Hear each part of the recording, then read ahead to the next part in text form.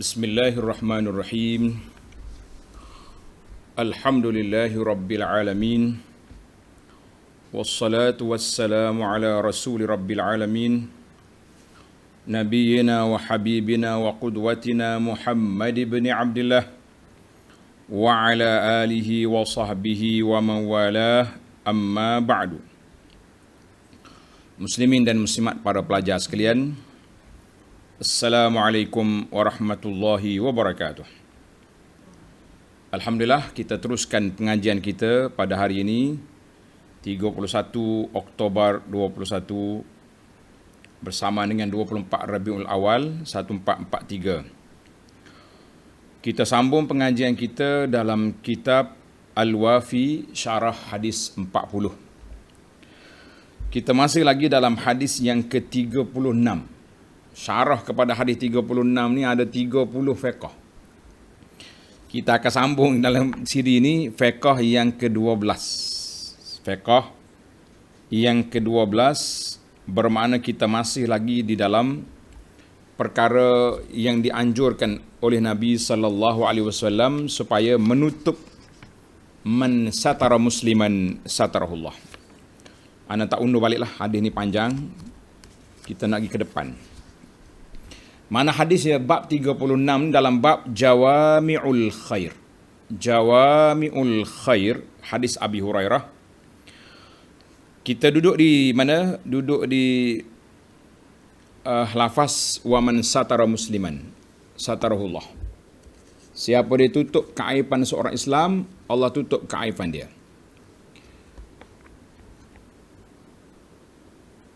Satarahullahu fid dunya wal akhirah, wallahu fi aunil abdi ma kana al abdu fi auni akhi.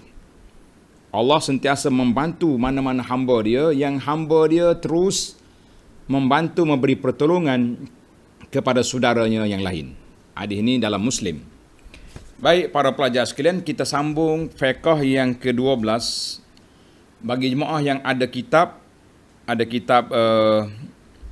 kitab Al-Wafi ni muka surat 546. Muka surat 546. Asy-syafa'atu liman waqa'at minhu ma'siyah. Syafaat maknanya kita meminta maaf. Kita jadi orang tengah pergi minta maaf bagi pihak orang yang melakukan maksiat. Boleh ke tak boleh? Tengok dalam perbincangan kita ni. Jika seseorang Muslim yang peribadinya tersembunyi, maknanya bukan seorang yang dikenali sebagai ahli maksiat, kaki kelentong, kaki tu kaki ni, tak, dia ni kaki baik, cuma dia terjebak dengan maksiat. Yalah, moga manusia ni begitulah. Karena itu kita kena sentiasa berdoa kepada Allah Azza wa Jalla supaya Allah Ta'ala selamatkan kita. Maknanya keadaan dia tersembunyi, orang tak tahu, tapi dia terjebak dengan maksiat. Tidak banyak diketahui oleh orang ramai, melainkan orang tahu dia tu orang baik. Pada zahirnya nampak baik. Dan istiqamah dengan kebaikannya. Tetapi dia telah terjebak ke dalam perbuatan maksiat. Bagaimana sikap kita? Maka adalah digalakkan ke atas orang ramai menyembunyikan kesalahannya itu, dan jangan dicela serta dicerca atas apa yang terzahir daripada dirinya. Maknanya jangan kita tularlah. Ini maksiat yang dah lepas. Kalau dia sedang buat maksiat, walaupun dia orang baik, kita kena tangkap dia. Jangan salah faham pula. Jangan. Tu orang baik. Baik apa duk buat maksiat tu? Ini maksiat yang telah berlalu. Dia digoda oleh syaitan, dia terjebak dengan perkara mungkar. Na'udzubillah. Maka hendaklah kita mensyafaatkan, artinya menjadi perantara antaranya dengan orang yang ada hubung kait dengan kesalahannya, sekiranya kesalahannya itu berkaitan dengan seseorang. Maknanya kalau dia salah dengan orang, kita cuba jadi orang tengah, damaikan ataupun minta maaf dengan dia berdasarkan apa yang diperintah oleh Nabi sallallahu alaihi wasallam, aqilu zawil hayat ta'atharatihim. Hindarkanlah pandangan daripada kesalahan-kesalahan orang yang berpribadi mulia. Maknanya kalau orang ni orang baik, tapi dia sekali tu je tersalah. Tersalah ambil duit ke, contohnya. Dia ni orang warak. Entah macam mana dia tersepit. Orang panggil terdesak sangat sehingga dia pergi ambil duit dalam tabung masjid, kita kata. Andainya. Contohlah. Ataupun mungkar lain. Benda tu dah sesat, ambil dah. Maka eloknya kita jangan ditularkan. Kita panggil dia, minta dia taubat betul-betul. Kita selesaikan dengan cara yang baik. Yakni janganlah menyebarkan serta menghebahkan kesalahan orang yang amat dikenali oleh orang ramai dengan sifat istiqamah dan terbimbing dalam agama itu. Kalau tidak, orang pandang buruk pada orang agama pun jahat juga. Sudah. Adapun orang yang memang berterus terang dalam melakukan kefasikan, dikenali kejahatan dan gangguannya dalam kalangan manusia, maka sebagaimana yang diketahui, dimakruhkan, bahkan diharamkan untuk menyembunyikan kemaksiatan dan kesalahannya. Juga tidak diperbolehkan memberi syafaat. Jangan kita pergi bela dia, jangan beri pembelaan kepadanya dalam rangka menghindarkan daripada dijatuhkan hukuman ke atasnya. Tujuannya adalah agar keadaan orang itu diketahui orang ramai sehingga orang yang seumpamanya itu merasa takut untuk melakukan tindakan yang sama. Jadi kalau tengok orang ni memang orang jahat, jangan duk bela dia. Ni masalah kita ni. Peguam-peguam ni, dia tahu orang tu macam mana kelentung pun, ambil semacam. Yang penting puluh masuk, jangan. Sepatutnya janganlah kalau kita dah tahulah. Tapi kalau benda tak tahu lagi, itu dia panggil lain cerita kan. Masalahnya sudah tahu, memang dia tak baik, kita pergi bela, buat apa? Kata Imam Malik rahimahullah ta'ala, adapun orang yang dikenali kejahatannya atau kerosakannya, maka saya tidak suka jika ada seseorang yang memberikan syafaat pertolongan kepadanya, tetapi biarkanlah dia sehingga hukuman dijatuhkan ke atasnya. Mana kalau dia ni orang tak baik, biarlah dia dengan hukuman itu. Supaya apa? Supaya orang lain mengambil pengajaran daripada perbuatannya itu. Itu kata Imam Malik. Baik, kita berpindah kepada yang ke-13. La syafa'ah lada ulil amri. Tiada lagi syafaat. Tiada lagi pertolongan. Tak boleh lagi nak jadi orang tengah apabila kes telah sampai ke pihak berkuasa. Maknanya kes jenayah dia ni sudah sampai ke polis. Jangan kita pergi terhegeh-hegeh mengganggu tugas polis, tuan polis. Jangan saman dia. Jangan ambil tindakan atas dia. Benda sudah berlaku, biar polis buat kerja. Sudah sampai di mahkamah, jangan cuba-cuba kita nak jatuhkan, gugurkan hukuman. Jalan terus. Baik. Apa yang kami nukilkan tentang syafaat adalah berkaitan dengan kes seorang yang tidak diadukan kepada hakim. Mana benda diadukan, boleh kita berunding di luar. Apabila kes itu diadukan kepada pemerintah, maka tiada lagi syafaat. Tak boleh bagi lagi pertolongan. Dikala itu setiap perantaraan adalah dikira maksiat. Siapa dia nak jadi orang tengah, dia tu maksiat. Setiap orang yang bersekutu dalamnya atau yang berusaha untuknya adalah berdosa. Tak boleh lah. Al-Imam Malik rahimahullah berkata, seorang yang amat diketahui bahawa ia tidak pernah melakukan kemudaratan atau kerugian terhadap orang ramai, dan adapun sesungguhnya apabila terhasil darinya sesuatu kesalahan. Itu terjemah asal dia tu. Maknanya kalau orang tadi terjebak dengan kesalahan, maka tidak mengapa untuk memberi pertolongan, mensyafaatinya, selagi mana kesnya itu tidak dihadapkan kepada pemerintah. Mana selagi tak sampai ke pemerintah. Kalau sudah sampai pemerintah, tak boleh lagi. Mana dalil dia? Saya baca dalil ni secara orang penghuraian terus. Imam Bukhari dan Muslim meriwayatkan daripada Aisyah radhiyallahu anha. Seorang perempuan bangsawan Quraisy mencuri. Orang panggil Makhzumiyah. Bukan nama dia, itu nama kabilah dia. Bila dia mencuri, jadi puak-puak Quraisy ni ialah orang bangsawan, orang besar-besar, mesyuarat macam mana nak selesaikan masalah. Dia kata, siapa boleh pergi cakap dengan Nabi, minta tolong supaya kurangkan kes? Oh, katanya Usamah lah, cucu angkat dia tu, cucu Nabi. Hibbun Nabi, yang Nabi sayang. Usamah pun pergi cakap, ya Rasulullah, macam mana dengan Makhzumiyah tu yang mencuri? Tak ada kau hukuman lain daripada potong tangan ke? Bila dengar ni, Nabi marah. Nabi kata, atashfa'u fi haddin min hududillah. Usamah, adakah kamu ingin meminta syafaat bagi suatu batasan had, hudud maknanya, hukuman yang telah ditetapkan oleh Allah daripada hudud Allah Ta'ala? Mu nak mari orang Jawa Tengah nak gugurkan hudud? La. Maka Nabi pun berkhutbah. Innama halakal ladina qablakum. Binasanya orang yang terdahulu apabila orang-orang yang bangsawan di kalangan mereka mencuri, mereka biarkan.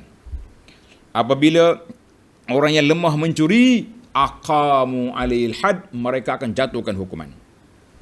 Nabi bersumpah, wa aimullah, Nabi bersumpah, lau anna Fatimah binta Muhammadin sallallahu alaihi wasallam sarakat laqata'tu yadaha.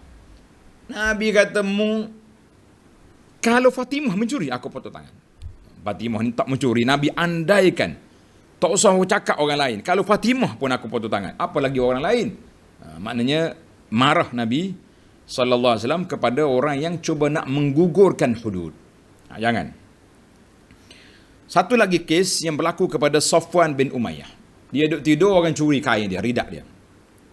Dia pun tangkap orang tu, bawa ke Nabi sallallahu alaihi wasallam. Nabi kata, potong tangan.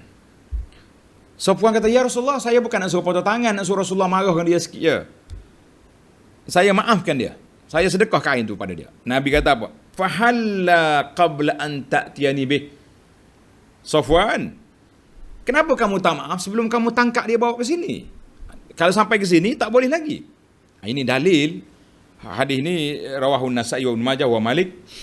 Maka kata di para ulama, apabila sudah sampai ke pemerintah, tak boleh lagi digugurkan. Kalau tidak, jadi orang panggil jadi mainan lah pula. Kita siasat, kita tangkap, cari bukti, bawa ke polis, tiba-tiba orang mari cakap-cakap lepas. Maka jadilah satu negara yang fauda. Apa nama fauda? Negara yang akan huru-hara. Sebab apa huru-hara? Sebab kita jadi macam tak ada undang-undang. Masing-masing bawa diri, masing-masing bebas bercakap. Nak buat tu, nak buat ni, kita kata tak boleh. Jadi para pelajar sekalian, kita kena hati-hati dalam masalah ini. Telah diriwayatkan oleh Imam Malik lagi dalam Muwatta' dia, bahawa Az-Zubair ibn al-Awwam telah bertemu dengan seorang laki-laki yang tangkap seorang pencuri. Dia tengok kawan tu pegang pencuri. Nak bawa mana? Nak bawa ke kerajaan, ke polis lah, ke hakim. Zubair kata, maaf lah, kalau sampai sana, putuslah tangan kawan tu. Potong tanganlah dia. Dia kata, tak boleh, maaf, aku nak bawa ke sultan, bawa ke pemerintah. Zubair kata, jangan. Iza balagta bi sultan, kalau sudah sampai ke pemerintah, kalau aku pergi minta supaya ringankan, aku kena laknat. Dilaknat orang yang meminta, yang diminta. Jangan main-main. Mana ini semua cerita-cerita menceritakan kepada kita tentang apa? Yang demikian itu disebabkan jika syafaat itu terhasil di peringkat penguasa dan penguasa mengambil tempat sebagai perantaraan, maka akan tersebarlah kerusakan dalam masyarakat. Memang akan jadi huru-hara dalam masyarakat. Yuba' wa yushtara, kata orang, boleh jual belilah dia punya hukum. Alah, bagi sikit hadiah tu ni. Jadi huru-hara. Sekarang ni undang-undang Islam tidak membenarkan demikian supaya tidak menjadi permainan para hakim, tidak menjadi permainan orang-orang besar-besar. Jadi jelaslah kepada kita para pelajar sekalian. Baik.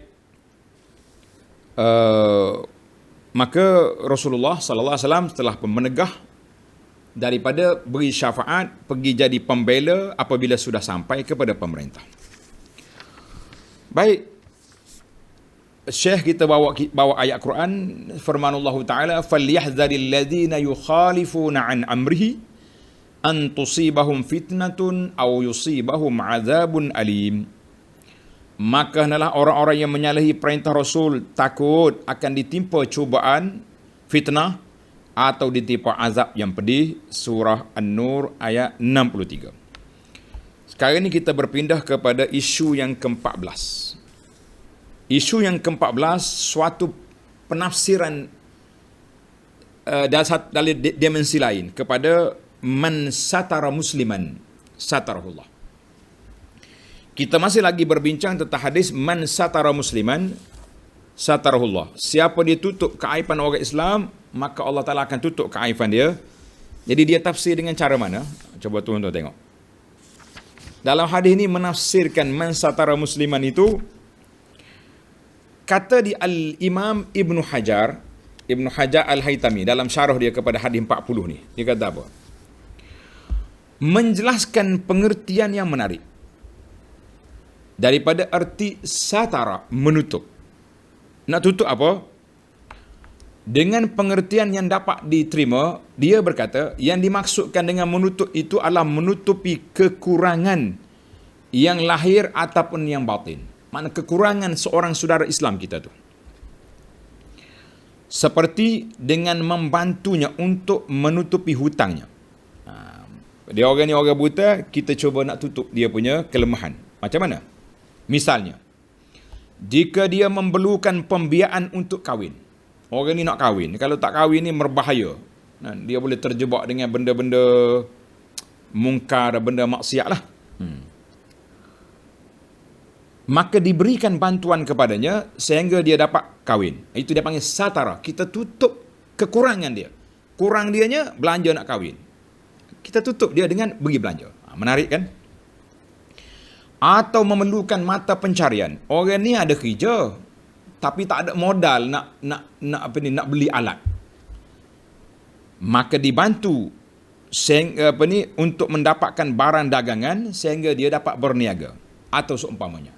Kita tengok apa keperluan dia nak, maka kita bantu dengan cara itu. Itu juga termasuk dalam man satara. Siapa dia tutup kekurangan seorang Muslim dengan cara mana tadi pun, maka Allah Ta'ala tutup keaiban kita. Bukan aib tu makna dengan kesalahan, dengan dosa lah, dengan keperluan juga. Sebab itulah Syekh ni kata, pandangan Ibnu Hajar ini Masya Allah, pandangan yang cukup menarik. Alangkah baiknya jika kaum muslimin, umat Islam hari ini mengetahui, pada zaman kita ini kita tahu tentang pengertian ini. Kerana masyarakat akan terbebas daripada berbagai bencana dan kecelakaan, serta terhindar daripada berbagai kejahatan dan kerosakan. Terutama sekali yang kita saksikan daripada kenakalan para pemuda dan pemudi yang disebabkan tak mampu untuk berkahwin. Mana kalau kita kahwinkan dia, mak ayah dia tolong bantu, saudara-saudara pula tolong bantu, cari mas kahwin, cari gawe dia pandai cari sendiri. Dah, dia punya pasangan dia pandai yang mengorak sana sini, tapi belanja tu tak ada. Kita tolong. Banyak juga rintangan yang dihadapi oleh generasi muda dalam usaha untuk membenteng diri daripada maksiat. Sementara kaum muslimin tenggelam dalam kelalaian, dikuasai oleh budaya barat dan tradisi usang yang tidak ada kaitan sama sekali dengan Islam. Mereka dikuasai oleh budaya bermegah-megahan, saling membanggakan diri dan bercita-cita menjadi terkenal. Maka jadilah para pemuda kita yang suci sebagai korban. Nak kahwin anak saya? Nak. 10,000 emas kahwin. Mahar. Hantaran serba satu. Kawan tu baru habis mengaji. PTPTM pun tak lepas lagi. Minta macam-macam. Ini punca ni. Masalah. Betul, kerana nak mewah. Sebab jiran sebelah baru di 10 juga. Hantaran 7 dulang dia punya. Jangan main.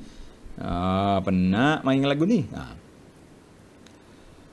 Mereka dikuasai oleh budaya bermegah-megah, saling membanggakan diri, bercita menjadi terkenal. Maka pemudi menjadi korban. Padahal Rasulullah sallallahu alaihi wasallam telah berwasiat kepada kita agar berusaha memberikan ketenangan berbentuk material dan rohani kepada anak-anak, sehingga terjamin kemaslahatan dalam agama, keamanan dalam masyarakat dan selamat di sisi Allah Azza wa Jalla. Menarik perkara yang ke-14 ni boleh ambil perhatian lah. Sebab itulah pihak kita, pihak kerajaan, pihak mana pun sudah ada dah. Dia panggil prihatin azziwaj, macam-macam peruntukan ada. Kita kata nak selesaikan masalah masyarakat. Jadi satara musliman kita terjemah dengan makna siapa menutup kekurangan perbelanjaan ke kekurangan apa benda juga termasuk dalam ni, kita kata na'am nuwafiq. Alhamdulillah. Baik, sekarang saya nak pindah kepada tajuk lain, at-ta'awun bainal muslimin. Sikap tolong menolong serta membantu di antara sama-sama orang Islam, nascaya mereka akan mendapat pertolongan Allah Azza wa Jalla. Dalam hadis yang kita baca ni, Nabi kita sallallahu alaihi wasallam bersabda, wallahu fi aunil abdi ma kana al abdu fi auni akhi. Wallahu fi aunil abdi ma kana al abdu fi auni akhi. Maknanya Allah sentiasa akan beri pertolongan kepada hamba dia selagi hamba itu memberi pertolongan kepada saudara dia. Jadi insya-Allah kita cuba bantu. Tengok kitab. Suatu masyarakat itu tidak akan menjadi kuat dan sama rata jika tidak tertegak di atas asas sifat tolong-menolong. Tak jadi. Bantu-membantu. Bahu-membahu. Dia banyak dah. Bantu-membantu, bahu-membahu. Tumit ke tumit, kita kata tak. Siku-menyiku. Maknanya ta'awun. Dan bersatu hati dalam kalangan individu dalam masyarakat tersebut. Maka setiap individu berusaha untuk memenuhi keperluan individu lain itu dengan diri, harta dan kemuliaannya. Sehingga semua orang dalam masyarakat itu merasa bahawa mereka adalah seperti jasad yang satu. Orang ni susah, yang ni bantu. Yang ni sakit, yang ni buat tolong. Inilah dakwah seruan Rasulullah sallallahu alaihi wasallam dan perintah Allah dalam Al-Quran. Sebagaimana firman Allah Taala, wa ta'awanu 'alal birri wat taqwa. Dan tolong menolong kamu di atas kebajikan dan takwa. Surah Al-Maidah ayat 2. Dan hadis yang kita baca, al-mu'minu lil mu'mini, orang mukmin itu yashuddu ba'du ba'da, boleh menguatkan satu sama lain. Nabi kita masuk tangan begini menunjukkan. Hadis dalam Bukhari dan Muslim.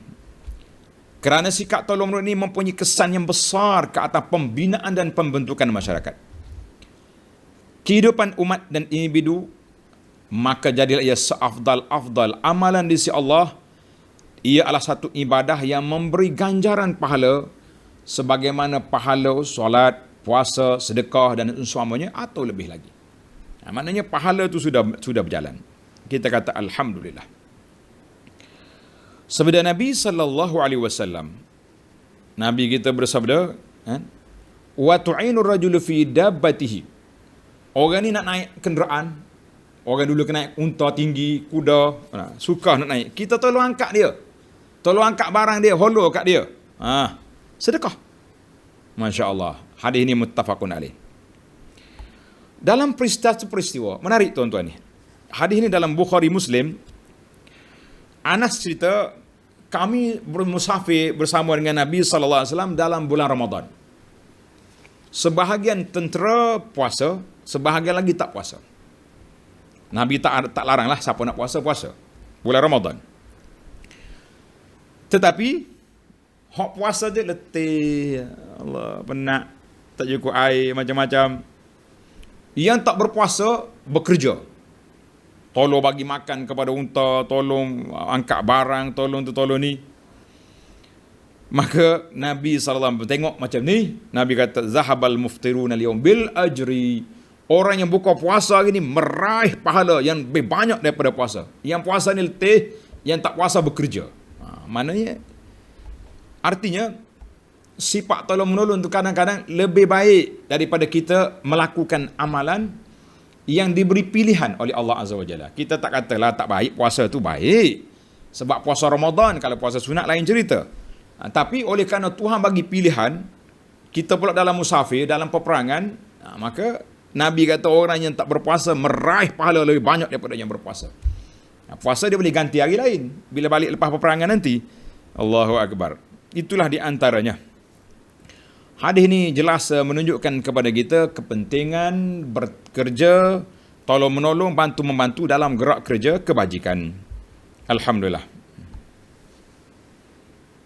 samalah. Ada lagi satu hadis dalam Abi Daud, cukuplah. Hadis yang Bukhari tadi sudah memadai untuk kita, kan? Maka ini adalah satu, dia panggil mubalaghah. Mubalaghah ni menunjukkan betapa kuatnya. Yang dimaksudkan di sini, mereka memperoleh ganjaran seumpama ganjar orang berpuasa atau lebih banyak lagi, kerana dengan pekerjaan dilakukan oleh mereka telah membantu orang-orang yang berpuasa agar terus berpuasa. Jadi dia puasa, ambil pahala puasanya, kita pahala orang berpuasa kita ambil. Dan pahala bekerja lagi. Kita kata alhamdulillah, tuan-tuan dan puan-puan, kita cuba jadi orang yang kuat beramal. Dalam hadis lain lagi, afdalul a'mal idkhalus surur 'alal mu'min. Di antara amalan yang baik itu kita menggembirakan hati seorang mukmin. Kasau ta'auratah. Sama ada kita beri pakaian untuk dia pakai, ataupun kita beri makanan untuk hilangkan lapar dia, ataupun kita menunaikan segala keperluan dia. Kita kata ini di antara contoh yang patut kita usahakan. Hadis ini rawahu At-Tabarani an Umar bin Al-Khattab radhiyallahu anhu. Baik para jemaah sekalian, tengok kita. Tidak syak lagi bahawa sebesar-besar buah yang dituai oleh seseorang Muslim kerana pertolongan yang diberikan kepada saudaranya ialah bantuan dan pertolongan daripada Allah Azza wa Jalla, sebagaimana Nabi kita beritahu dalam hadis yang kita baca ini, wallahu fi aunil 'abdi maka damal 'abdu fi auni akhi. Allah akan bantu kita selama kita bekerja untuk membantu saudara kita. Bagaimana tidak? Seorang insan tidak mempunyai kekuatan dan keupayaan melainkan dengan izin Allah. Allah Subhanahu wa taala ada penggerak sebenarnya kepada semua kejadian ini. Dialah yang memberi dan dialah yang menghalang daripada memberi. Kesihatan dan penyakit Allah yang tentukan. Kekuatan dan kelemahan daripada Allah. Jadi semua itu daripada Allah Azza wa Jalla. Maka bila Allah, Nabi bagi jaminan, Allah akan bantu. Siapa yang bantu saudara dia, maka kita tolonglah. InsyaAllah kita akan dapat yang terbaik. Tolonglah. Kalau kita tak ada duit, kita tolong dengan tenaga kita. Kalau kita ada duit, kita masuk dua-dua, kan? Duit lagi, tenaga lagi hebat. Tak boleh tenaga, duit saja pun boleh. Yang penting pertolongan itu mesti berjalan. InsyaAllah ini di antara yang sangat menarik untuk kita ambil perhatian.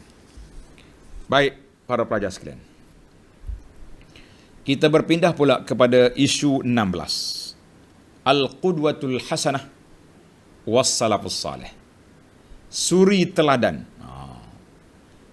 yang baik dari amalan golongan Salafus Salih. Anda dah ulang banyak kali kan, Salafus Salih itu siapa? Orang-orang yang soleh di awal, di peringkat awal. Sahabat, tabi'in, itu dia panggil Salafus Salih. Dan kita kena ikut gaya mereka. Rasulullah sallallahu alaihi wasallam adalah qudwatun hasanatun. Suri teladan yang terbaik bagi setiap seruannya. Apa yang Nabi kita ajar. Nabi sallallahu alaihi wasallam contoh ikutan bagi setiap seruannya. Baginda Nabi sallallahu alaihi wasallam adalah sebaik-baik orang dalam memberikan contoh bagaimana sepatutnya sesuatu pertolongan dan bantuan itu dihulurkan sebagaimana dilakukan oleh Nabi kepada para sahabatnya. Lebih-lebih lagi pertolongan yang diberikannya kepada para sahabat yang benar-benar memerlukan. Mana Nabi akan bagi sungguh. Dalam satu cerita, kisah ini diriwayat oleh Imam Ahmad daripada anak Khabbab ibnul Arat radhiyallahu anhuma. Khabbab ni sahabat awal Islam. Anak dia Islam, perempuan, tak sebut nama. Dia kata bintu. Dia kata ketika Khabbab keluar pergi berperang, dia panggil Sariyah. Sariyah ni biasanya tentera yang kecil. Nabi tak pergi, Nabi hantar sahabat. Maka bila Khabbab tak ada, Nabi SAW menguruskan kami. Nabi mari tengok keluarga yang ditinggalkan di Madinah. Dalam riwayat ni kata sampai peringkat Nabi pergi baginda memerahkan susu kambing buat kami dan membawanya dalam bekas milik kami. baldi itu penuh dengan susu. Ketika Khabbab pulang, dia memerah susu bagi kami sehingga keadaannya kembali seperti asalnya. Bila Khabbab pergi segera, taklah sebanyak-banyak tu. Itu mukjizat Nabi SAW. Hadis ini riwayat Imam Ahmad.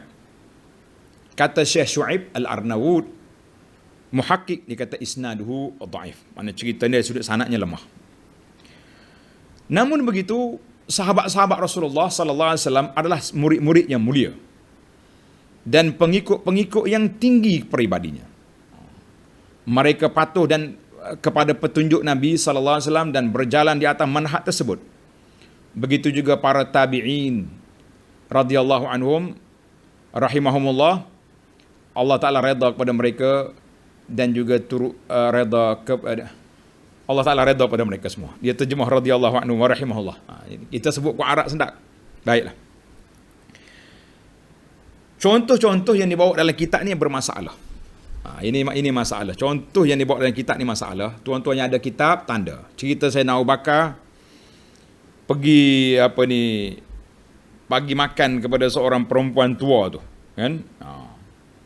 Jadi itu kata di muhakkik, aku tak jumpa cari dia punya sanad. Sebab tu ada buku yang ditulis oleh sahabat-sahabat kita ni, ditulis kisah masyhur tapi tidak sahih, tidak benar. Bagus juga. Penceramah-penceramah sebelum nak ceramah tu tengok dulu kitab. Tengok dulu dia punya riwayat-riwayat yang ada tu. Nanti kita terjebak pergi cerita benda yang susah. Yang kedua, dia bawa cerita Sayyidina Umar juga pergi bagi makan, bagi air kepada seorang aramil, ibu tunggal ni. Talhah pergi siasat. Riwayat ini juga dari sudut sanad dia dhaifun jiddan, kata di para muhakkik. Sebab itulah banyak cerita-cerita yang dibawa dalam buku ni saya tak berani baca. Yang kita sempat semak macam ni, kita kata sukarlah untuk nak menceritakan kepada anda. Tapi kalau kita nak tengok dari sudut, memang para sahabat ni bertahun, memang mereka bekerja sungguh. Cuma kadang-kadang penceramah ni dia suka cari cerita-cerita macam ni. Dia kata ni cerita motivasi. Kita kata motivasi kalau ada sanad dia bagus. Kalau tak ada sanad, baik awak cerita awak sendiri. Cerita NGO zaman kita pun boleh. Cuma kita nak ambil di zaman dulu, nak disebahkan kepada Sayyidina Abu Bakar, nak disebahkan kepada Sayyidina Umar. Kan cerita Sayyidina Abu Bakar, Nabi dengan perempuan buta. Lepas tu mari Sayyidina Abu Bakar pula, lepas tu mari Umar. Kita kata itu di mana cerita itu? Tidak ada riwayat. Maka tuan-tuan dan puan-puan, para penceramah kita kena ambil perhatian benda-benda macam ni. Baiklah. Jadi oleh kerana cerita tu pelik, Sayyidina Umar ni pun muhakkik kata tak sahih juga. Kita pergi ke depan lagi lah. Ambil cerita Abu Wa'il ni.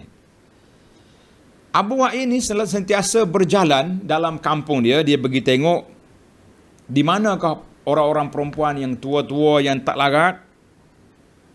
Dia tolong beli makanan, bagi kepada mereka. Itu tak ada masalah. Mujahid rahimahullah ta'ala, seorang ulama tabi'in, dia kata apa? Sahibtu ibn Umar. Aku pernah berjalan mengiringi Ibnu Umar dalam musafir. Tujuan apa? Tujuannya aku nak khidmat kepada dia. Fakana yakhdumuni. Sebaliknya dia pula khidmat kepada aku. Tak sempat. Kita nak bantu dia, tiba-tiba dia cakap, mari Mujahid, mari makan. Dia pula sedia makanan. Abdullah ibn Mubarak, seorang ulama yang hebat. Setahun dia pergi haji, tahun depan dia pergi berjihad. Ini baru betul. Kita ni kadang-kadang kalau kita minat pergi ibadat je, bak jihad tak tanya khabar dah. Jadi dia abid, mujahid, hebat. Bila orang nak ikut dia pergi haji, Syekh, saya nak ikut pergi haji. Boleh, mari. Apa dia buat? Mana duit? Belanja? Mari sini. Dia ambil duit, dia bungkus, tulis nama siap-siap, dia simpan. Macam kita sekarang lah, kita bayar duit ke tabung haji kan. Kalau kita tak bawa duit pergi Mekah pun insya-Allah tak lapar lah. Sebab tabung haji sediakan makanan. Pagi, petang ada makan, malam ada makanan. Jadi orang ni pergi dia beri makan. Sampai Mekah dekat nak balik, dia bagi duit lagi, suruh beli hadiah-hadiah untuk balik ke keluarga. Bila sampai balik ke kampung, ke negeri asal tu, dia buka balik kotak tong yang dia simpan duit tadi, hantar balik duit. Dia kata duitmu tak laku, semua khidmat yang aku bawa tadi, aku yang belanja. Kita kata Masya Allah tabarakallah. Mana orang-orang ulama salafus salih ni memang seorang yang contoh-contoh yang cukup baik lah. Contohnya baik. Seorang lagi contoh kita ambil. Masa kita terhad ni. Al-Hasanul Basri rahimahullahu ta'ala, dia hantar sahabat-sahabat dia supaya pergi tunaikan tanggungjawab. Dia kata, mau pergi ke sana, hantar bantuan makanan. Sebelum pergi, kamu lalu di tempat seorang ahli ibadat, nama dia Thabit Al-Bunani. Mau pergi cari Thabit, kata Hasan suruh ikut kami pergi, ikut NGO kita ni pergi bantu orang. Dia pergi. Bila pergi jumpa Thabit, naam. Dia kata, mari kita pergi. Ni, ikut kami ni, nak pergi bagi bantuan ni. Ini Syekh Hasan Basri suruh pergi. Dia kata, ana mu'takif. Saya etikah macam nak pergi. Nak etikah. Jadi, buat-buat ni tak puas hati, pergi balik mula ke, cakap kepada Imam Hasan Basri, Syekh Hasan, dia tak mau pergi, dia nak etikah.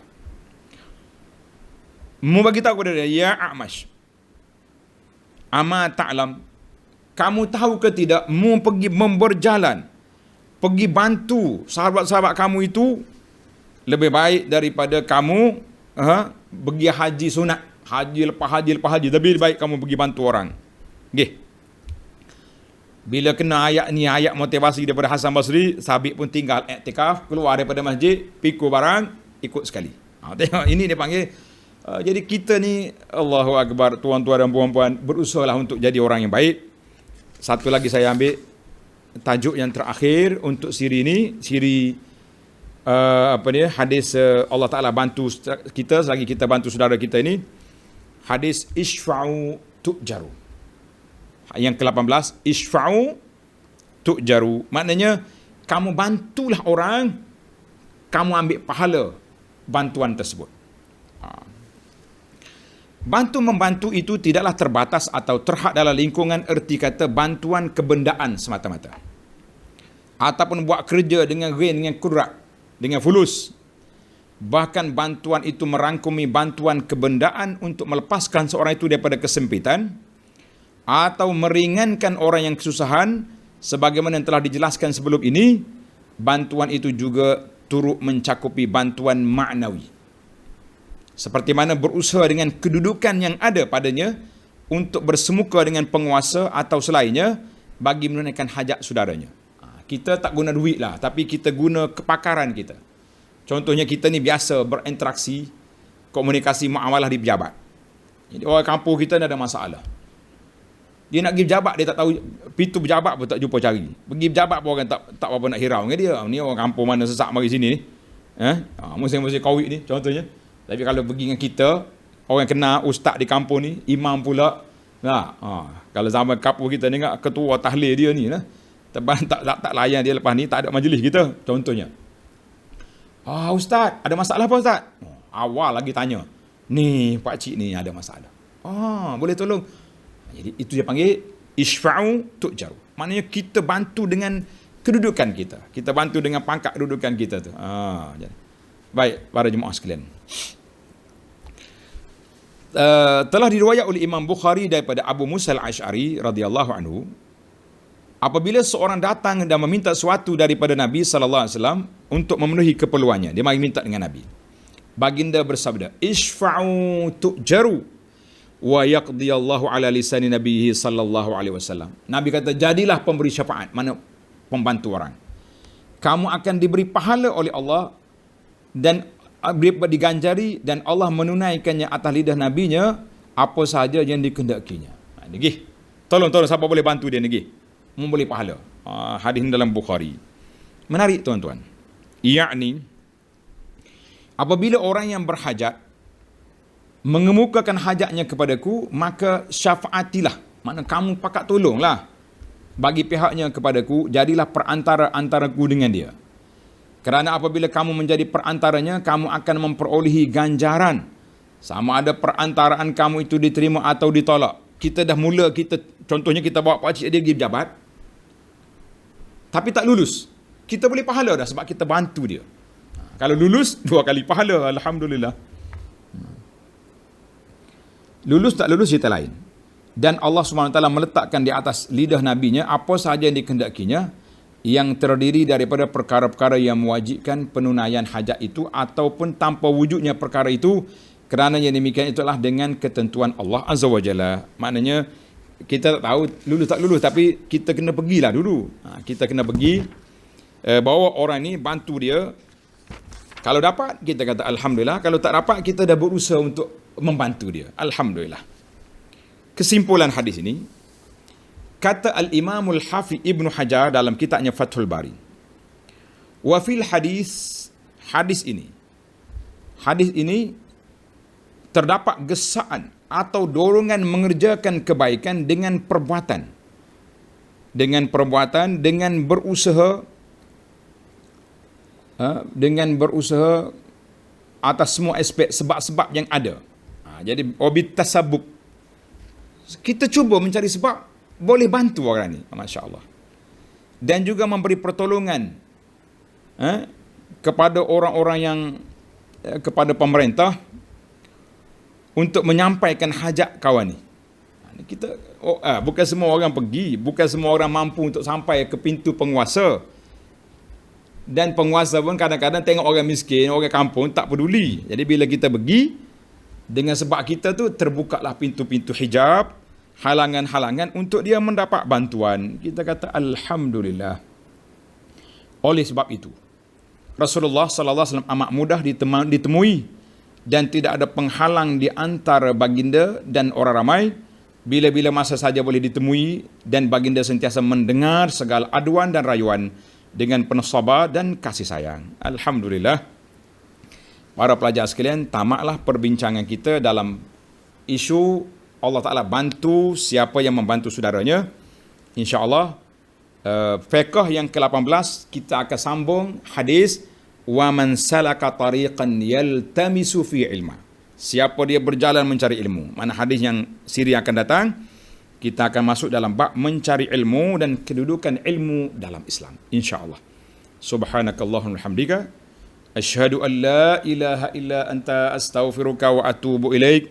Wa sallallahu ala nabiyyina Muhammad wa ala alihi wa sahbihi ajma'in. Walhamdulillahi rabbil alamin. Wassalamu alaikum warahmatullahi wabarakatuh.